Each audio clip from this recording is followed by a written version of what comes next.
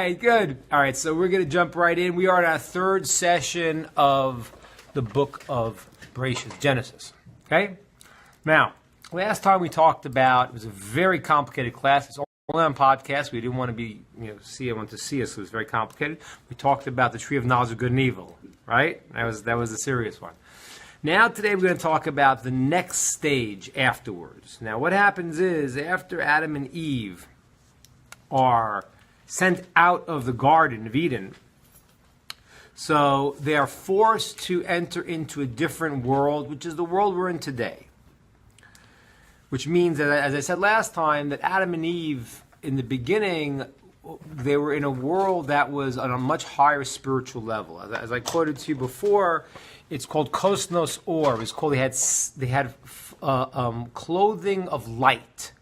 And in Hebrew, the word Or with an aleph could be changed for Or with an ayin. They're interchangeable, except the aleph is the spiritual letter, and that refers to their skin was like light. Or with an aleph means light. After they fell, their skin became kotnot or, clothing of flesh. Okay, they entered into a lower state, which is the world we're in today. Okay, the Garden of Eden, as we mentioned last time, you can refer to that class. It was not the same type of reality as it was here. It was a much loftier, more sublime reality, and now we're more in the reality of this world. Now, Adam and Eve then have children. Okay, we're going to start from the children of Adam and Eve. What are the kids' names of Adam and Eve? Cain. Right? Cain and Hevel. Okay, Cain and Hevel. Okay, now, let's start by understanding a second who they were, because this is when you talk about sibling rivalry, this is a pretty tough one, right? People here have brothers and sisters, right? Never killed your brother or sister, did you? There's a long pause here. I was thinking that I wanted to, but I've never done it. Right? So this is a pretty serious issue here. You have the first of the siblings, and they end up coming to murder. So we'll try to explain how that happened, what that's about, what the traits are, understand the background, and from there we're gonna go a little further into what we're going to talk about in terms of traits. So let's start. Let's talk about the names. We did this in another class on another topic, but for this purpose, we'll talk about this on this point. So what is the name Cain, as you said, and Hevel? What do they each mean? Very important. In Hebrew, the term Cain was called Cain, because Chava said, Kanisi Isa Hashem. I made a man, I acquired a man, a human being with God. Meaning that Adam and Eve were the first ones who then created another human being. And that is in a partnership with God. As the Talmud says, the parents give the body, and then God puts the soul in. Obviously, it's all from God's giving us the ability, but it's creating a human being that God gave us the ability to do that. And so therefore, she said, I acquired a man through God, with God. And that's called Cain.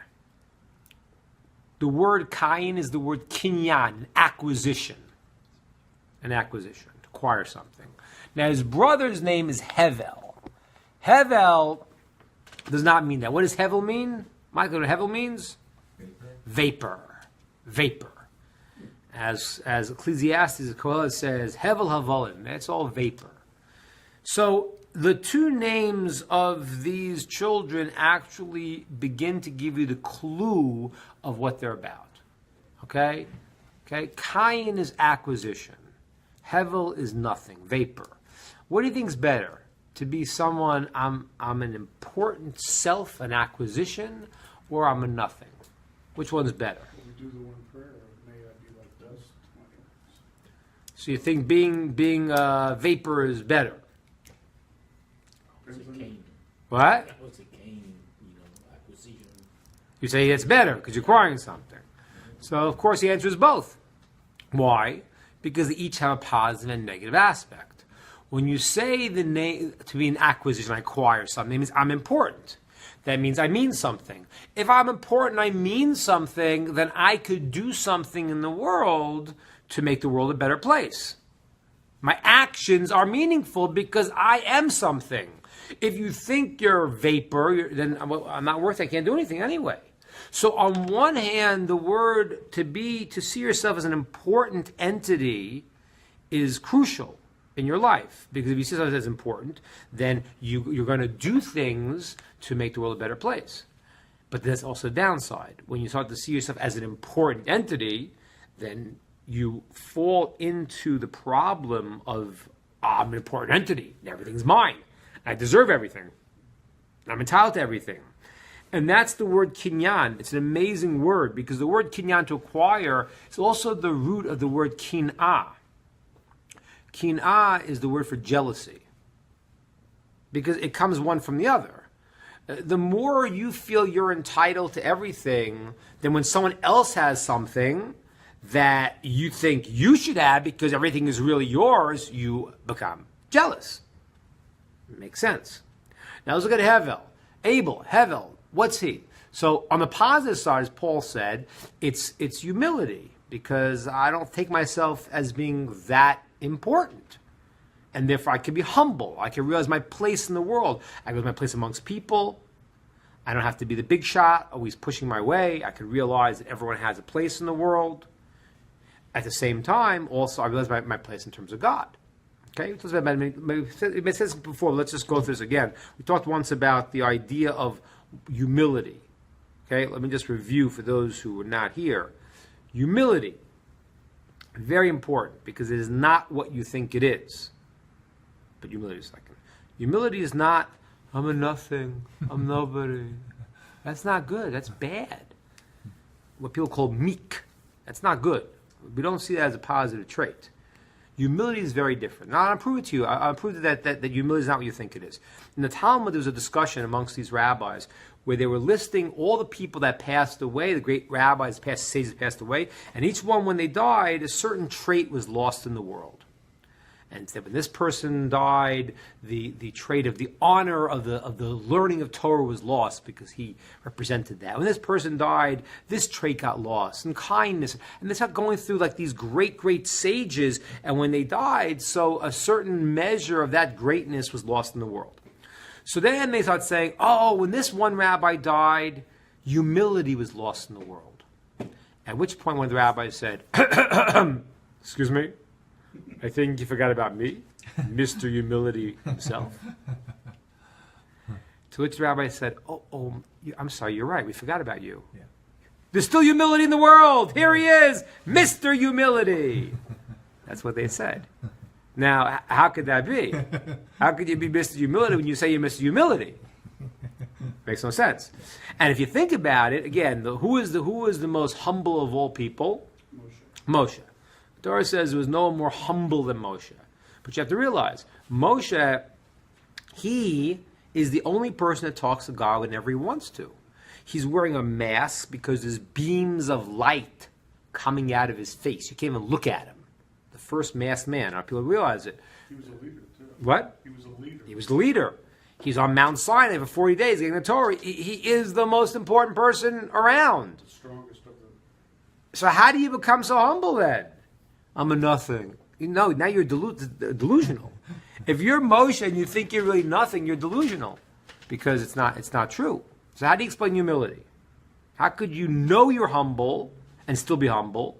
How could you be the greatest and still be humble?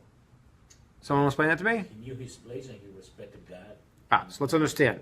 Very good. There's two different ways, two different things that you said that we have to explain.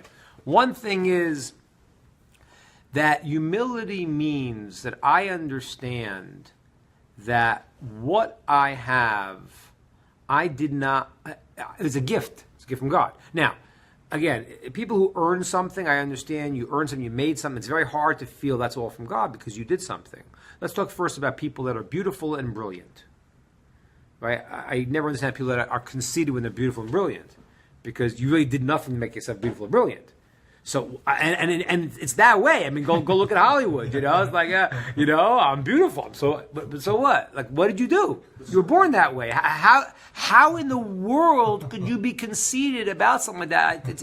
It's unbelievable. It's crazy. It's the surgeon that did it. The surgeon, right? Right. So the answer is that a person who's beautiful and brilliant, whatever he is, has to say, wow, I am this way, I know what I am, but this was a gift that I was given to have these talents, these skills. The trick becomes once you did something to earn it. And that's where it's easy to understand a person becoming haughty, because then you start to saying, well, I made this. Moshe was able to, as he became greater and greater, to see how every ounce of his ability was a gift from God. And therefore, he didn't see himself as being, I'm so great. He started saying, wow, look at this. God gave me the brains to understand. He gave me the ability to do this. So every time, in terms of understanding what he was given, because you got to realize, we didn't make ourselves. And although you might make good choices in life, the more you start to understand that you are a so to speak an emanation of God's light, the more you understand that, the more you become humbled. And a person who wants to take the credit for themselves is the opposite. So Moshe is one, on one sense, is the most humble because he really realizes the source of everything. And that the greater he becomes, he realizes more and more how he was given that. That's one answer. The second answer for humility is that if you realize that every single person in this world has unique skill, and it has to be that way, because if God created a person, he created them with something that's their special aspect to reveal in the world. Now, if I realize that, then I have to say to something that you're better than me at, and you're better, and you're better, and you're better, and you're better. It has to be. Mm-hmm.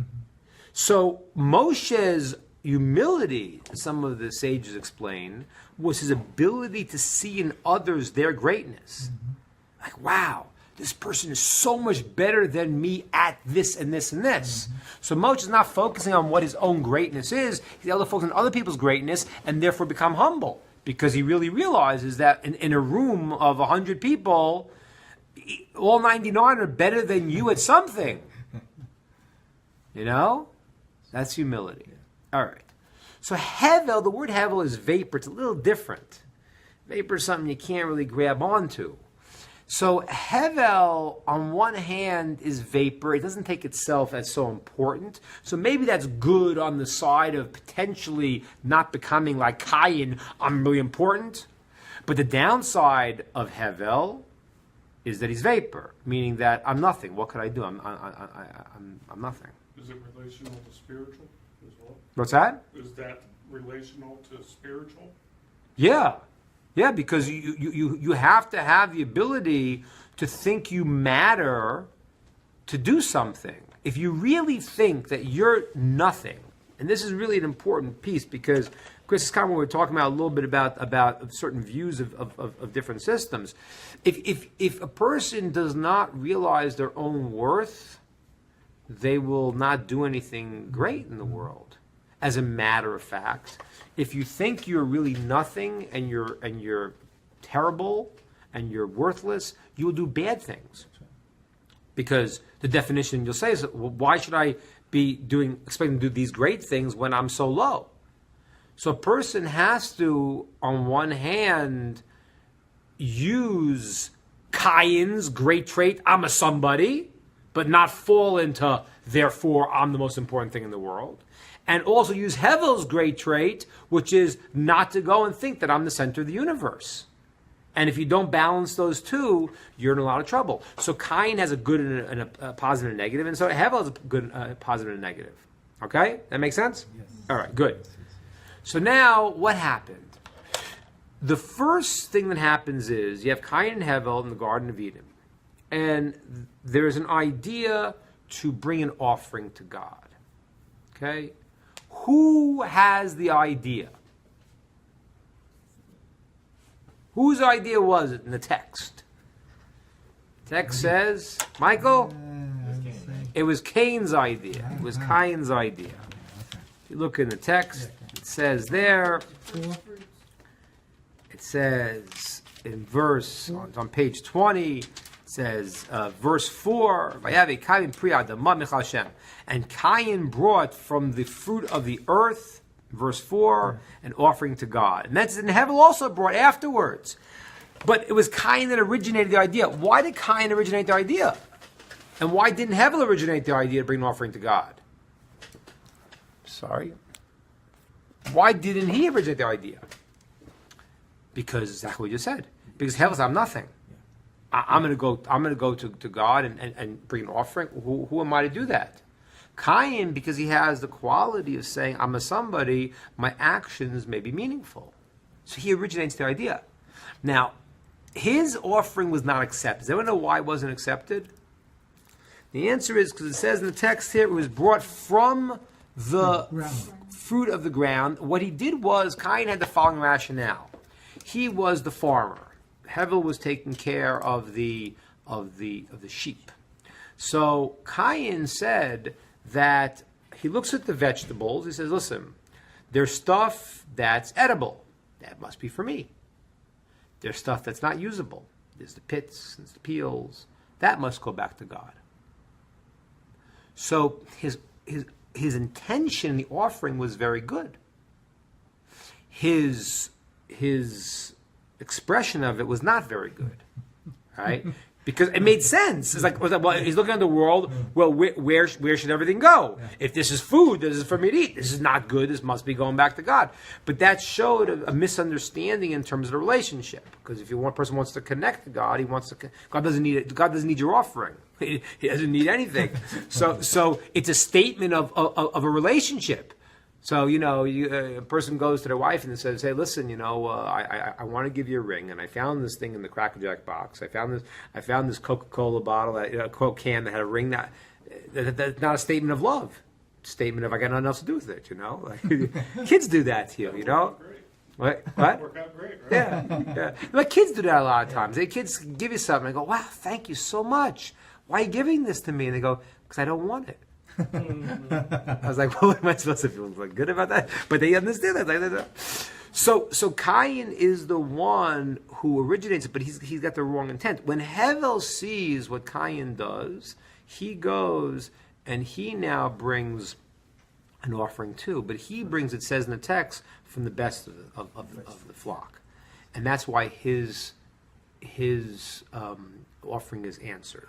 Now, at that point, you have a situation right now where you have tremendous jealousy. And the text says that Cain's face grew long, and God said to him, why are you so upset? Why are you so sad? If you fix it up, then you could raise yourself up. And if you don't, the petach haruvetz, and then the sin is waiting for you. Meaning that Cain was falling into this very negative place right now, and the question was why? What was the trait that was propelling Cain to be stuck and not able to fix it up? It sounded like it was easy to fix up. Go bring the good stuff now. And God tells him that. So what was sticking with Cain? It seems like kids do that, It's like you started out wanting to do the right thing, but you did it the wrong way. And they're like, well, I tried. That's it. I tried. Okay. I'm going to take what I did, forget it. Okay. Well, but Cain was a pretty smart dude. I mean, like, what exactly was his, why? What was the flaw in him? It wasn't a little kid. So the flaw in Cain is what we said. It's jealousy. And that's what it says in the Mishnah. It says 3 things take a person out of the world. Jealousy, pursuit of honor, and unbridled desire. Those 3 things will take a person out of the world.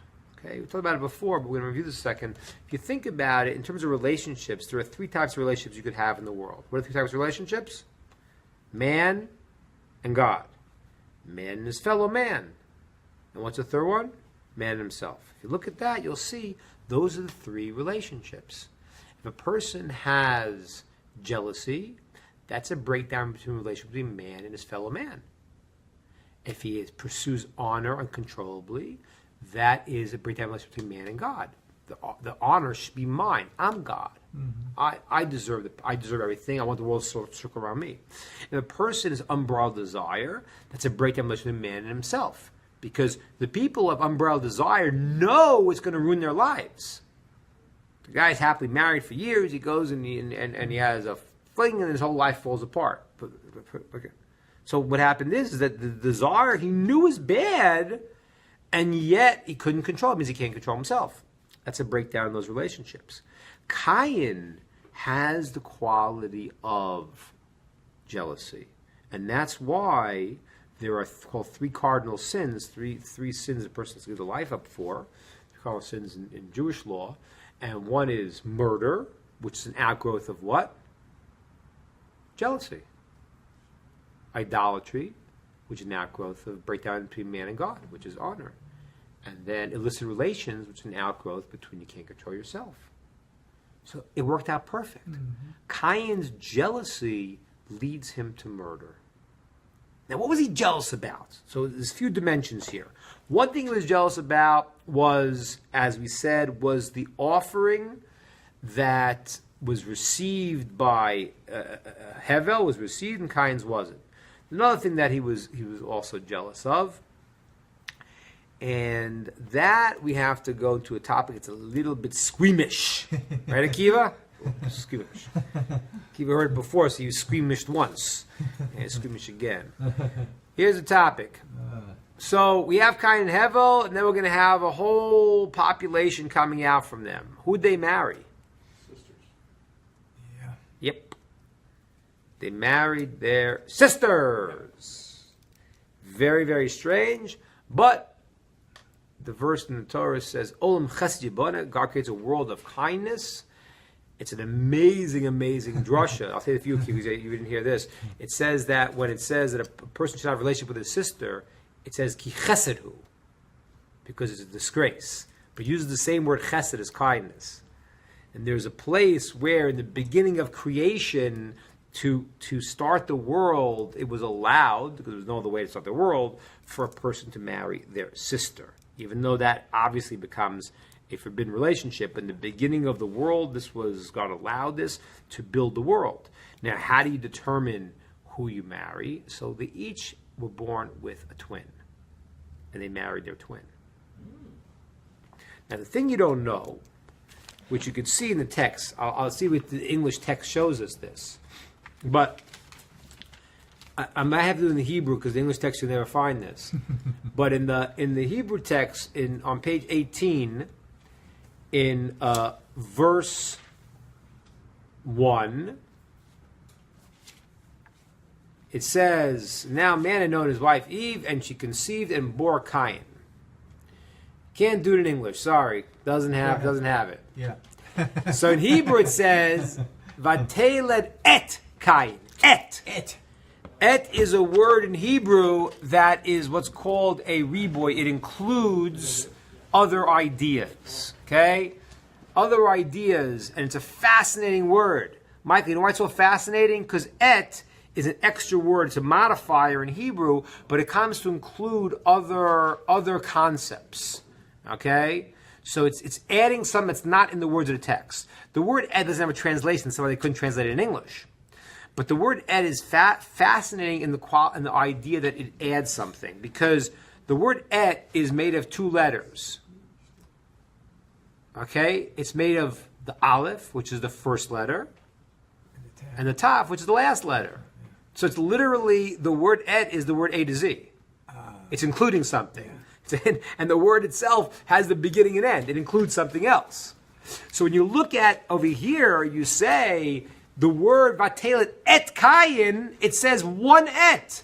It includes one thing. What's the one thing? The Talmud says it includes the one twin sister.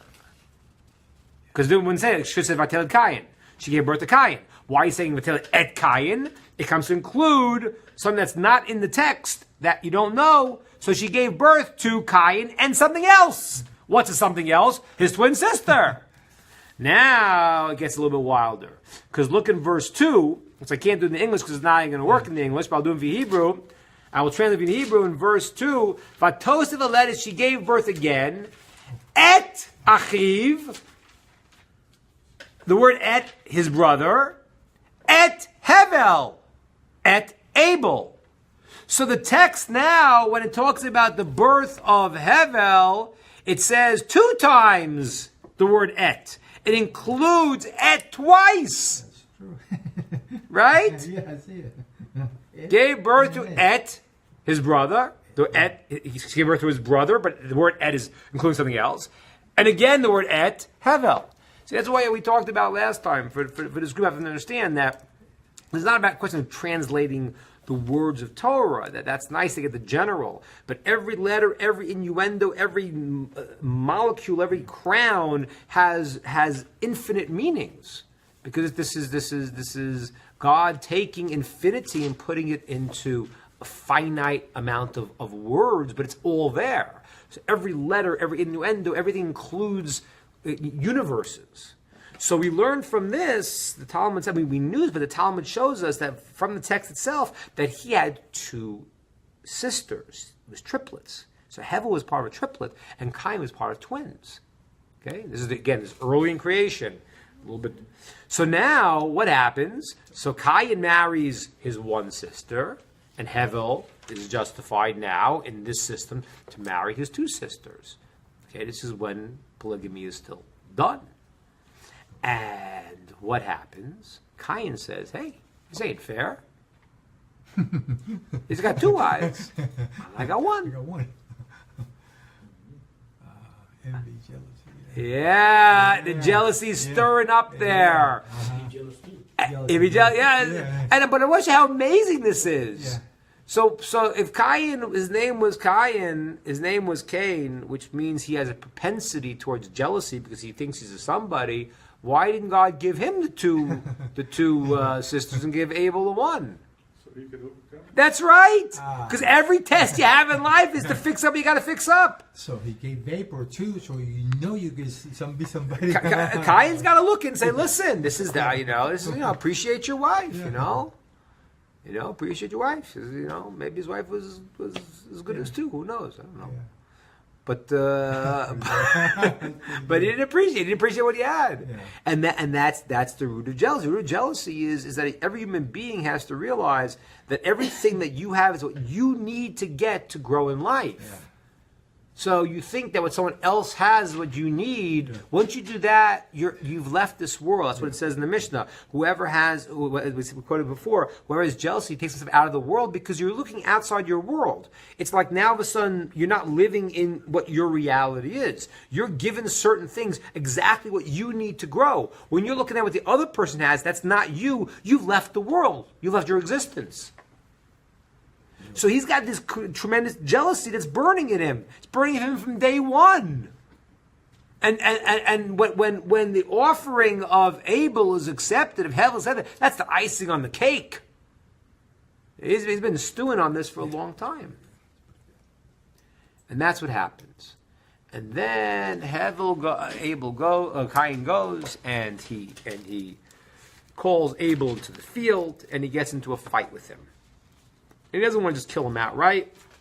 He needs to make an excuse, and he gets into an argument with him. Very amazing argument. And the truth is, he says, listen, hey, we split this world up. I'm the farmer, and you take care of the sheep. Get off my land.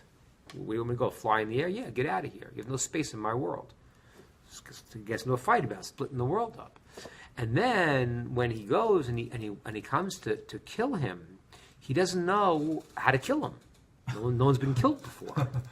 And that's why, if you look in the text, an amazing thing, after he kills him, it says,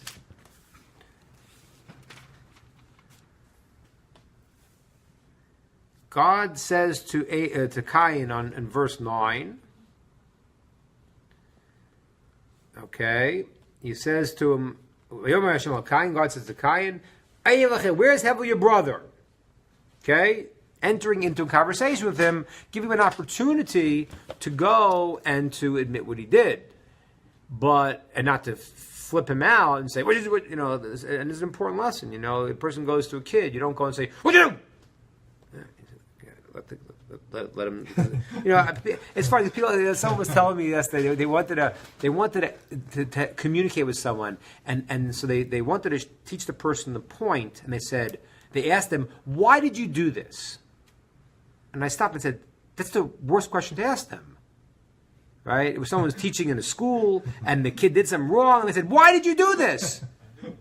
And I said, that's the worst thing to say, because you've asked them to make an excuse for why you did something wrong. Like you know, like if you know it's wrong, and the person was shocked that the kid made up a crazy explanation. What do you want him to do? You put him into that conversation. So Hashem says to him, okay, listen. You know, starts to let Cain be able to calm himself instead of coming with an attack to him. But Cain doesn't accept that. He thinks that God, and this is crazy, he thinks and this is always true in our world, when God conceals himself, we foolishly don't understand that, and we think God doesn't understand what's going on. So when God comes to him, Cain says in his mind, oh, he asked me this question, he must not know the answer. And he tries to hide it. Now look what happens here. Then he says to him, God says to him, what did you do? In verse 10. I don't know how it translates in English. I'll read in Hebrew. Tell me if the translation is the same translation you have in the English. It says, and God said to him, what did you do? The voice of the bloods of your brother are calling out to me from the earth. Does it say bloods by you? It's singular. Yeah, because it's a weird thing to say, the voice of the bloods of your brother.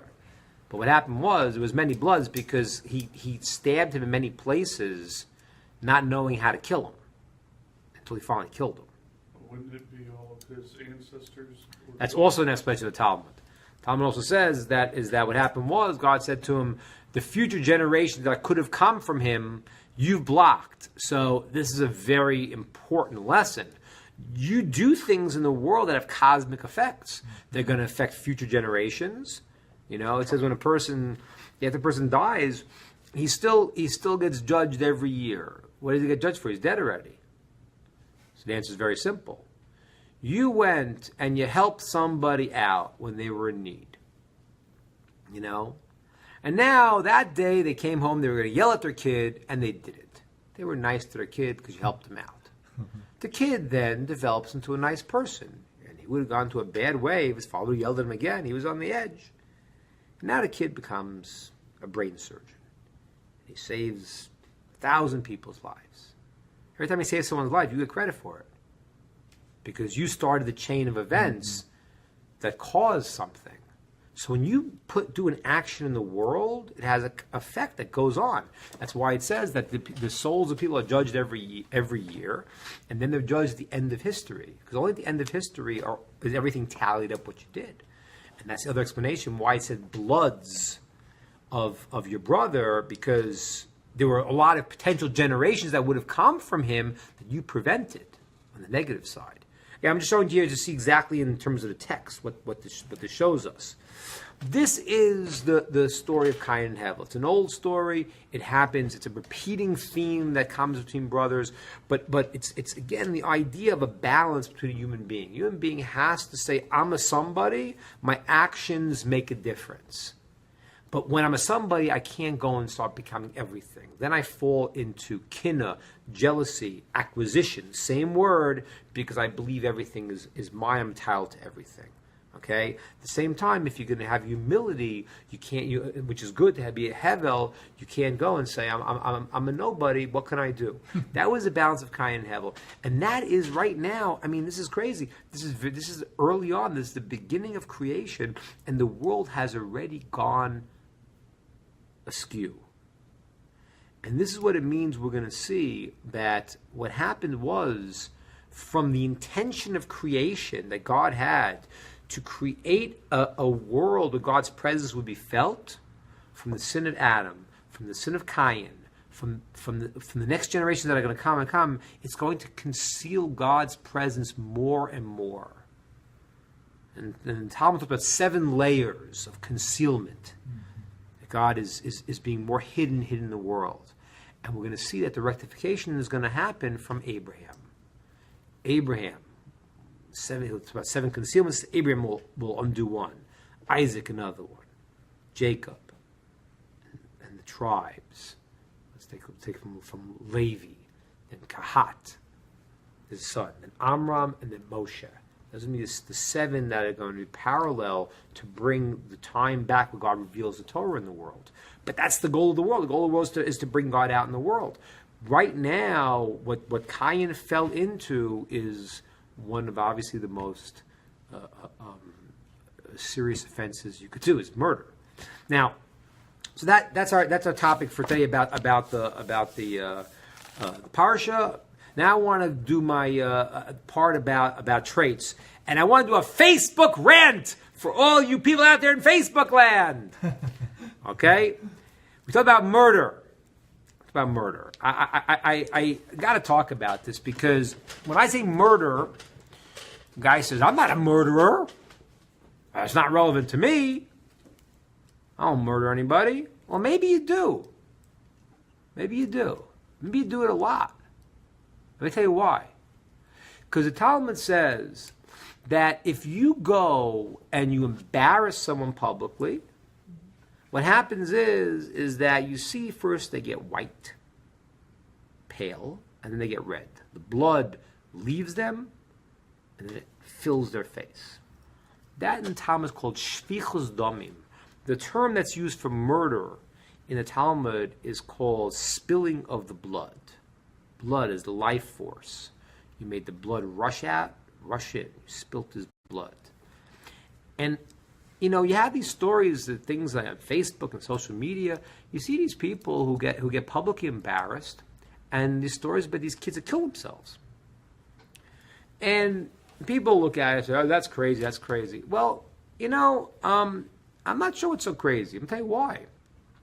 Because if I say embarrassing someone publicly is like murder, that means that a person could actually dread more than anything to be publicly embarrassed.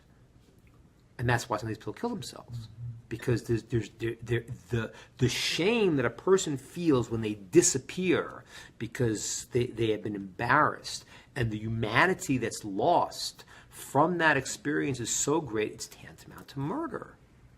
Now, what's happening in the world today, and Kiva knows I keep talking about this, I'm ranting, and Kiva's like, no, Kiva thinks it's not any worse than it was, but I think it's much worse. And it has to do with social media also. Because what happens is right now is that there's a certain mob mentality that happens.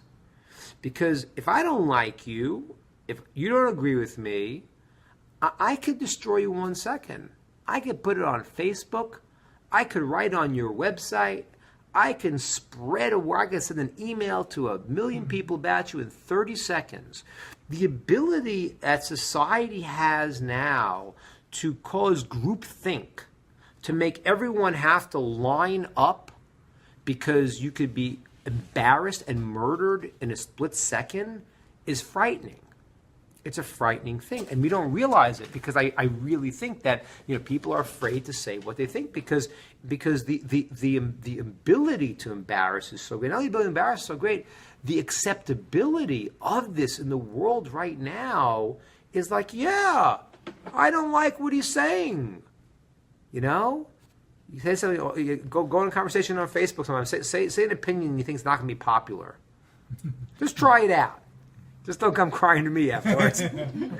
Say an opinion that you think is not going to be popular, and no one's going to say to you, "Oh, Rabbi, I disagree with your beautiful idea. I think you're wrong. I really respect you." No, it's not what you're going to get. You're not going to get that. You're not going to get that. And this is a very, very serious issue. And this is really rooted in the idea of what's called lashon hara. There's a Jewish idea to that a person should not speak negatively about people. And I got to tell you, you live in our society. That sounds like the craziest idea.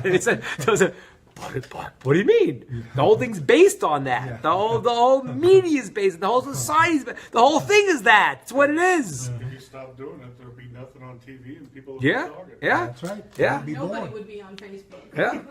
But ladies and gentlemen, you gotta be careful Yes. because you may end up being committing murder. Yeah.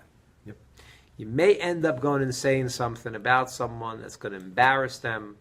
That's going to be the Jewish qualification of lashon hara, of speaking negatively about someone. You may destroy their Yeah, I was thinking about it. I had a case where somebody, I was thinking, I didn't like the job they did, and I was really kind of debating in my head. Do you go and make a reference on their page? How can you get a bad experience? Now you could destroy the guy's life. You better be careful before you decide to do that. I had a case. Somebody called me up. They had a real serious complaint about a certain business. And they want to know if they should come out with it. I said, and they had a real reason. I said, go to the guy first. Go to the guy. Let's see. Tell him. Give him a chance. Give him a chance. Once you put it out there, you destroyed the guy's life. Yeah. So you embarrassed. You destroyed the livelihood. This is something that I think that the world is in a little trouble with. No, let me rephrase that. There wasn't a lot of trouble with. Yeah. This is what's going on. This is what's going on. This is the battle that's happening now. I'm going to outdo you. You're going to outdo me. And ladies and gentlemen, that's why even though we're on Facebook, one of the reasons we're on Facebook is to try to fix Facebook. Fix Facebook. There was a, there was a great commentary in the Talmud. His name was Rashi. Rashi, he explains the Talmud, and then he sometimes brings in these French words, because he lives in France. He brings in these words to say, this is what it means, and he brings in a French word. So there's one Hasidic commentary that said Rashi was fixing the French language.